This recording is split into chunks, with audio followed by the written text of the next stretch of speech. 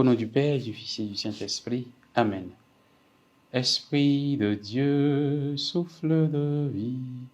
Esprit de Dieu, souffle de feu. Esprit de Dieu, consolateur, tu nous sanctifies. Évangile de Jésus-Christ selon saint Matthieu. En ce temps-là, Jésus disait à ses disciples, « Amen, je vous le dis, un riche entrera difficilement dans le royaume des cieux. Je vous le répète, il est plus facile à un chameau de passer par un trou d'aiguille qu'à un riche d'entrer dans le royaume des cieux. » Entendant ces paroles, les disciples furent profondément déconcertés et ils disaient, « Qui donc peut être sauvé ?»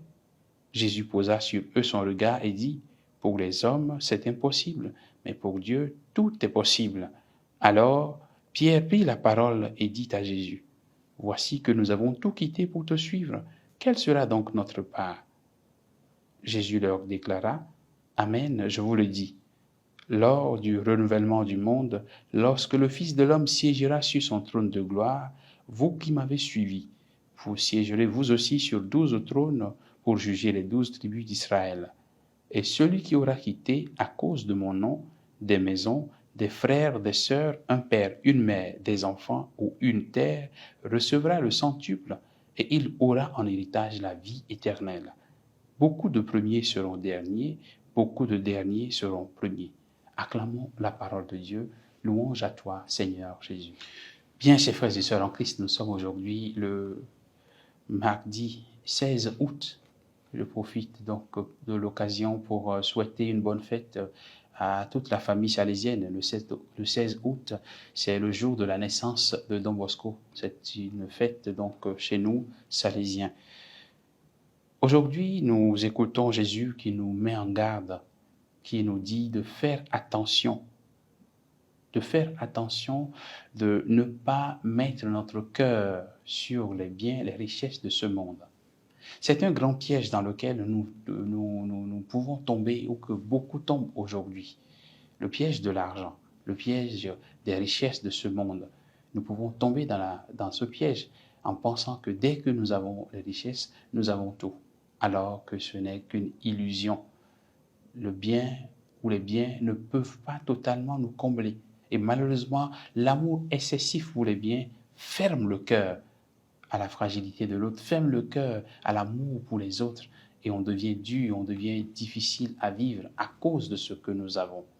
Malheureusement, aujourd'hui, beaucoup de personnes se perdent à cause de cette recherche de bien. Beaucoup de jeunes aujourd'hui se retrouvent dans des pactes, dans des situations bizarres à cause de cette recherche excessive de l'argent et des biens de ce monde. Le Seigneur Jésus nous met donc en garde parce qu'il le dit, celui qui est riche et qui ferme son cœur, difficilement pourra entrer dans le royaume de Dieu.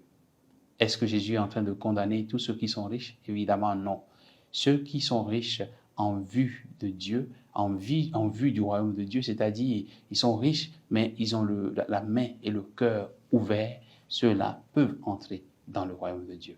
Évidemment, on peut aussi être pauvre de la mauvaise façon, c'est-à-dire être pauvre, mais passer tout le temps à désirer les biens des autres. Donc le Seigneur nous invite aujourd'hui à éviter ce piège de l'amour excessif des choses de ce monde qui nous égarent. Nous avons certainement besoin de l'argent, nous avons besoin des biens de ce monde, mais ce n'est pas le plus important, ce ne sont que des moyens. Le plus important, c'est les biens spirituels, les biens du royaume.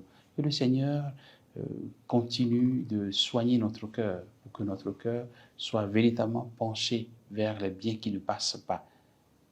Que cette mise en garde qu'il nous donne aujourd'hui nous soit véritablement une bonne leçon de vie, afin que nous puissions continuer de contrôler l'état de notre cœur, notre relation à l'argent et aux biens de ce monde, pour que notre relation à Dieu et à nos frères et sœurs passe d'abord avant la relation avec les biens de ce monde.